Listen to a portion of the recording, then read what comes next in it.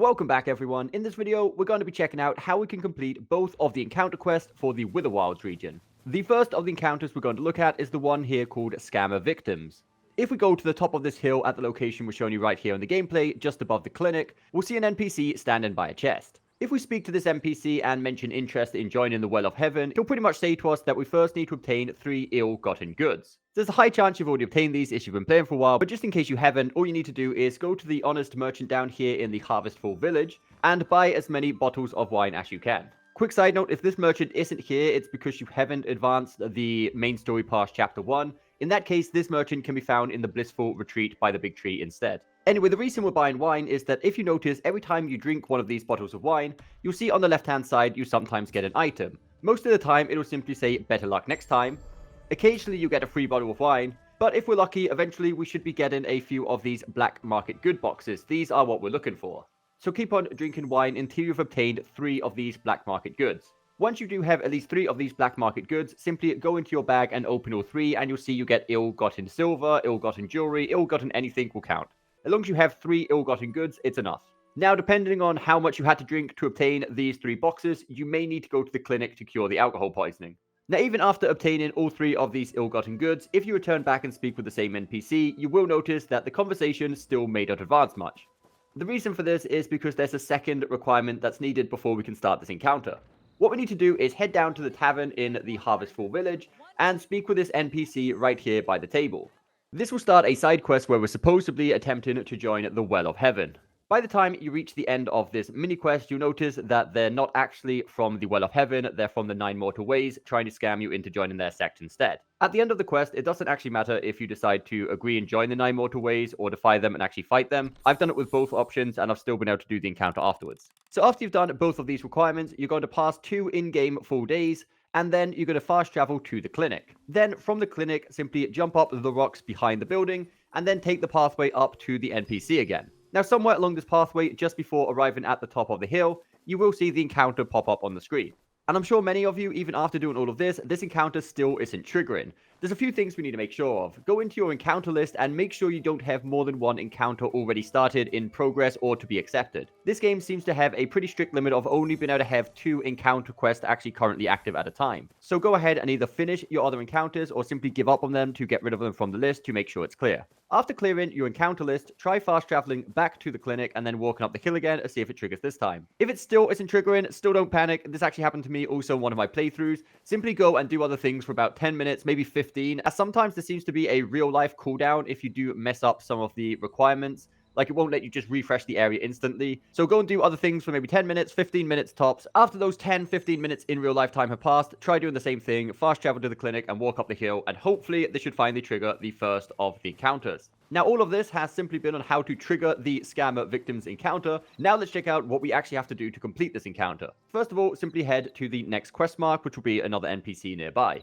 Now, this NPC will ask you to go and check on 3 different locations. When we get to this first location right here, we need to find the first NPC, which is actually going to be hiding up here in this tree. So speak to him and he will ask us to defeat some geese down below. Do be careful, in this game, geese are nothing to be played with. They are pretty powerful, so be aware of that. Once you've defeated the geese, simply speak with the NPC, give him some gold, get scammed pretty much, and then move on to the second location. The NPC for the second location is going to be found laying down here in the sand on the left-hand side. This NPC will give us a recipe to make some noodles. This can easily be done in the pot directly next to the NPC. If you are missing any of the ingredients, you can actually see in the bottom right corner. If you just hover over them, the game itself will tell you where you can obtain each of the ingredients. Anyway, after cooking this noodle recipe that the NPC gave us, simply give the noodles to the same NPC, and then again give him money, get scammed by this guy too, and then move on to the third location.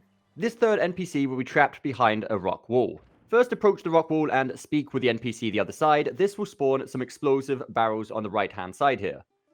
So walk a few feet to the right and pick up the barrels. If they're not here, it simply means you need to speak with the NPC first. This is what actually spawns the barrels. Place one of these barrels very close to the very obvious explodable wall, and then simply shoot the barrel with a fire arrow to make it explode. After freeing the NPC, pay him also more gold. We're just getting scammed all over the place today. And then head to the next location shown on the quest markers. When we get to the next quest marker, we'll notice there's no one there, and we need to follow the footsteps to the nearby location. You can use wind sense to easily see the footsteps and track down the location we need to head to.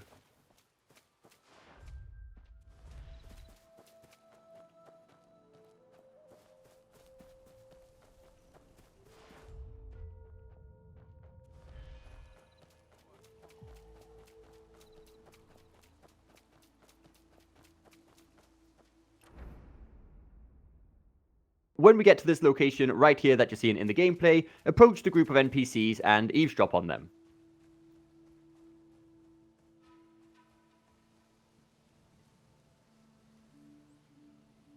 After listening in on their conversation, approach the group of NPCs and actually defeat them all in battle, and then you simply need to pick up a bag that's on the ground. This will finally put an end to the first of the encounter quests, Scammer Victims.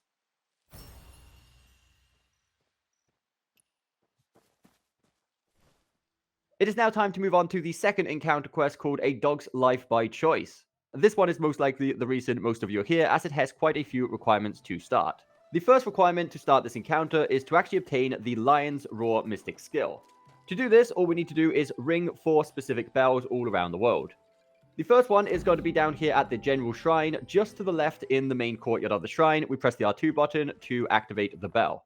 The second one is also going to be in the General Shrine, actually very nearby to the first one. Simply go up the hill to the left of the shrine and you'll find the second bell. Now, it's important to note, if you can't interact with any of these bells, it simply means that you've already activated them at some point in the past and you maybe don't remember. The third bell we need to activate to get the Lion's Roar skill is going to be up here to the northeast at the Buddha Fort. Simply go to the top of the hill on the right-hand side and you'll find the third bell.